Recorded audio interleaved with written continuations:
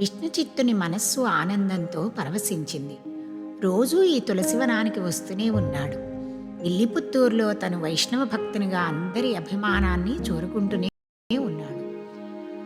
భగవంతునికి తులసిమాలలు సమర్పిస్తూనే ఉన్నాడు. ఆహా, ఈరోజు ఈ మహాభాగ్యమేమిటో! విష్ణుచిత్తుడు కంటిరెప్ప వేయకుండా బావి దగ్గరలోని తులసివనంలో మిలమిలా కన్నులతో, ఎర్రని పాదాలు, చేతులు, పెదాలతో ముద్దుగొల్పుతున్న పసికూనని చూశాడు. కళ్ళను నమ్మలేకపోతున్నాడు. సంతానహీనుడైన తనపై భగవంతుడు ఈ విధంగా కరుణించి ఈ పసిపాపను అప్పగించాడు అనుకున్నాడు. విష్ణుచిత్తుడు ఆ పసిబిడ్డను గుండెలకు హత్తుకున్నాను. ఏనాటి రుణానుబంధమో విష్ణుచిత్తుని కళ్ళల్లో ఆనంద భాష్పాలు నిండాయి. భర్త రాక కోసం వాకిటి నిలబడి ఎదురుచూస్తున్న విష్ణుచిత్తుని ఇల్లాలు విస్తుపోయింది. ఆ పసిబిడ్డను చూస్తూ భర్త చేతుల్లోంచి లాక్కుని గుండెలకు హత్తుకుంటుంటే మాతృత్వం పొంగి పొర్లింది. భగవంతుని ప్రసాదం అంటూ ఆ బిడ్డకు దిష్టి తీసి పొత్తిళ్లల్లో పడుకోబెట్టింది.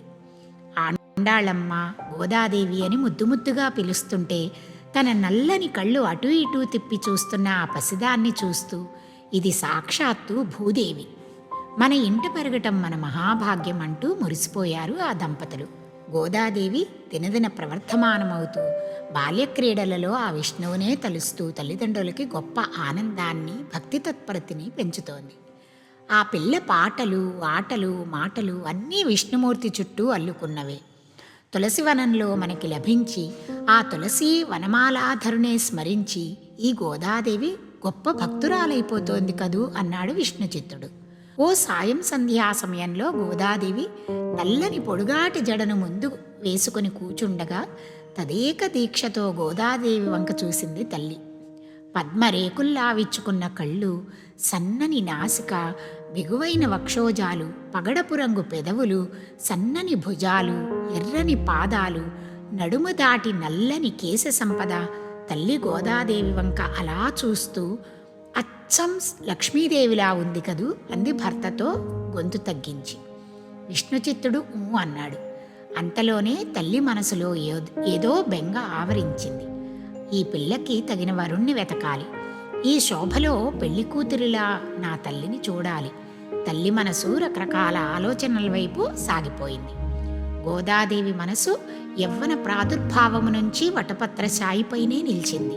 స్నేహితురాళ్ళు గోదాదేవి వివాహ విషయం మాట్లాడుతూ, నీకేం భాగ్యవంతురాలివి, నీ తండ్రి విష్ణుచిత్తుని ఎందరో రాజులు గొప్పవారు ఆదరిస్తారు. ఏ రాజకుమారుణ్ణో, ఏ వ్యాపారస్తుణ్ణో, ఏ ఐశ్వర్యవంతుణ్ణో నీకు భర్తగా కుదురుస్తాడు నీ తండ్రి అంటారు. ఆ మాటలకి గోదాదేవి కళ్ళ నుంచి నిప్పులు కురుస్తాయి. ఆ శ్రీమన్నారాయణుడే నా పతి అంటూ నిర్భీతిగా అంటుంది గోదాదేవి. చెల్లులు పరిహాసం చేస్తుంటే గోదాదేవి బొగ్గలు సిగ్గుతో ఎరుపెక్కాయి. రోజూ విష్ణుచిత్తుడు పూలమాలలు అల్లి బుట్టలో పెడతాడు. అవి గోదాదేవి కేశపాసంలో ధరించి ఆ అందాన్ని చూస్తూ మురిసిపోతుంది. ఆ కుప్పులో అలంకరించిన పూలమాల శ్రద్ధగా తీసి మళ్ళీ ఆ పూల సజ్జలో పెట్టేస్తుంది. అలా చేయటం అపరాధం అనిపించదు గోదాదేవికి. ఇది రోజు జరుగుతున్నదే. కానీ ఒకనాడు ఈ విషయం కనిపెట్టిన తండ్రి ఖిన్నుడయ్యాడు. ఎంతటి అపచారం చేస్తున్నది ఈ పిల్ల అని వాపోయాడు. శ్రీమన్నారాయణుడు ఇక తనను క్షమించడని దుఃఖించాడు. శ్రీమన్నారాయణుడు విష్ణుచిత్తునికి స్వప్నంలో సాక్షాత్కరించాడు. అపరాధ భావంతో కుంగిపోతున్న విష్ణుచిత్తుని వైపు ప్రసన్నంగా చూశాడు. స్వామి, బాల్యచేష్టలతో గోద అలా చేసింది. తన కొప్పులో అలంకరించిన మాల తమకి కైంకర్యంగా చెయ్యతగునా? స్వామి, ఈ అపరాధాన్ని క్షమించండి అని విష్ణుచిత్తుడు దుఃఖించాడు. శ్రీమన్నారాయణుడు మందహాసం చేస్తూ, ఆమె ఎవరో తెలియక ఈ ఆవేదన నీకు. ఆమె ఈ లోకంలో అవతరించిన లక్ష్మీదేవియే. నీవు పుణ్యాత్ముడవు కనుక ఈ భాగ్యం కలిగింది. ఎప్పుడైనా నీవు తెచ్చే మాలలు గోదాదేవి అలంకరించుకొని తీసేసిన తర్వాతే నాకు తీసుకురా. ఆమె దాల్చిన మాలే నాకు కావలసింది. ఆమె కొప్పులో పెట్టని మాలలు నాకొద్దు. స్వామి మాటలకు దిగ్భ్రాంతుడైపోయాడు విష్ణుచిత్తుడు. నా గోదాదేవి లక్ష్మీదేవియేనా? ఆహా, స్వామి, నీ లీలలు ఎన్నెన్ని అని మనసులో పరవశించిపోయాడు విష్ణుచిత్తుడు ఆ క్షణం. గోదాదేవి శ్రీమన్నారాయణుని పతిగా తలుచుకుంటూ భక్తి భక్తి పారవస్యంలో పాటలు పాడుతూ నృత్యం చేస్తుంటే విష్ణుచిత్తుడు అతని భార్య తమ జన్మ తరించిపోయిందని తృప్తి చెందారు. గోదాదేవి ఒకనాడు తులసివనంలో సంచరిస్తూ ఆ శ్రీమన్నారాయణుని స్మరిస్తూ నిమీలిత నేత్రాలతో ఆనంద జలధిలో ఓలలాడుతోంది. ఆనాట గోపికలెంత ధన్యురాళ్ళో కదా. ఆ శ్రీకృష్ణునితో జలక్రీడలాడిన ఆ యమునా నదికి, కృష్ణుడు పెరిగిన ఆ బృందావనానికి, ఆ కృష్ణుడు పిల్లన గ్రోవినూదుతుంటే నృత్యం చేసే భాగ్యానికి నోచుకున్న గోపికలను తలుచుకుంటూ వారికి మనసులో నమస్కరించింది. ఆనాటి గోపికలు కాత్యాయని వ్రతం చేసి కృష్ణ సాక్షాత్కారం పొంది తరించారని తన తండ్రి చెప్పగా వింది. తనకి అదృష్టం ఎలా కలుగుతుంది? గోదాదేవి ఆ తులసివనంలో ఆలోచన నిమగ్నురాలైంది. ఆమె మనసు నిండా శ్రీమన్నారాయణుని మూర్తి, ఆమె కనుల నిండా ఆ శ్రీమన్నారాయణుని కాంతి. గోదాదేవి కనులు విప్పారాయి. స్వామి తనకు సంకేతం అందిస్తున్నారా? ఈ మార్గశిర మాసం, అదే ఈ ధనుర్మాసం ఎంత గొప్పదో కదా. మార్గశీర్ష వ్రతం ప్రారంభిస్తాను. 30 రోజులు భక్తి శ్రద్ధలతో సేవిస్తాను. భక్తితో ఆ భగవంతుని ఏది కోరినా అది పొందుతారు భక్తులు. తనే కాదు, తనతో పాటు ఎందరో ఈ వ్రతం చేసి తరించాలి. ఈ వ్రత దీక్ష చేపడుతాను అనుకుంటూ ఆ తులసివనం వేడింది. చకచకా తోటి స్నేహితురాళ్లను పిలవాలని నిశ్చయించుకుంది. ఆ చెల్లే గోపికలు, తాను ఒక గోపాంగన. విష్ణుచిత్తుడు కూతుర్ని చూస్తూ అనుకుంటున్నాడు, ఈ తల్లి లక్ష్మీదేవియే. ఈ జీవుల్ని కరుణించే సంకల్పంతోనే ఈ వ్రతం చేయిస్తున్నాడు అమ్మ చేత ఆ శ్రీమన్నారాయణుడు. విష్ణుచిత్తుడు చేతులెత్తి స్వామికి నమస్కరించాడు. మార్గశిర మాసం గోదాదేవి వ్రతదీక్ష సమయంగా ఎంచుకుంది. శుక్లపక్షంలో నిండు చంద్రుడు వెలిగే పౌర్ణమి నాడు ప్రారంభించాలని, ఈ వ్రతం తిరిగి శుక్లపక్షంలో అదే రోజు ముగియాలని, ఈ 30 రోజులు రోజుకొక పాసురం చొప్పున విష్ణు ఆలయంలో పాడి వ్రతం చేయాలని సంకల్పించింది. వ్రత స్వరూపాన్ని చెప్తూ అందరినీ ఆహ్వానించే ముందు ఆ తర్వాత గోపికలను నిద్రలేపాలి. భగవద్భక్తులను లేపి పాసురాలను పాడుతూ ఆలయానికి చేర్చాలి. ఇలా ఒక పథకం ప్రకారం గోదాదేవి మార్గశీర్ష వ్రతాన్ని ఆరంభించింది. గోదాదేవి పాడిన ఈ పాసురాలు భక్తజనావళికి కొంగు బంగారమై మార్గశిర మాసమంతా భగవత్ సాన్నిధ్యంలో ఉండేలా చేశాయి. గోదాదేవి స్నేహితురాళ్ళ మార్గశీర్ష మాసం, ఇది వెన్నెల నిండిన శుభదినం. సంపదలతో తులతూగేవో పడచులారా, మార్గశీర్ష స్నానం చేయాలని అందరూ రండి. వేలాయుధాన్ని ధరించిన శ్రీకృష్ణుడే ఏ ఆపద రాకుండా కాపాడే నందగోప కుమారుడు. ఎవరో కాదు, నారాయణుడే ఆ యశోదమ్మ, కిషోరుడే ఆ నీలమేఘశ్యాముడే. ఇలా గోదాదేవి గోపికలతో చెప్పింది. తెల్లవారుజామున లేచి స్నానం చేయాలి, పరమాత్మను స్మరించాలి. సాత్విక భావాల్లో మునిగి తడిసిన పవిత్ర స్నానం ఇది. ఈ వ్రత స్నానం అంటే భక్తితో కూడిన జలస్నానమే.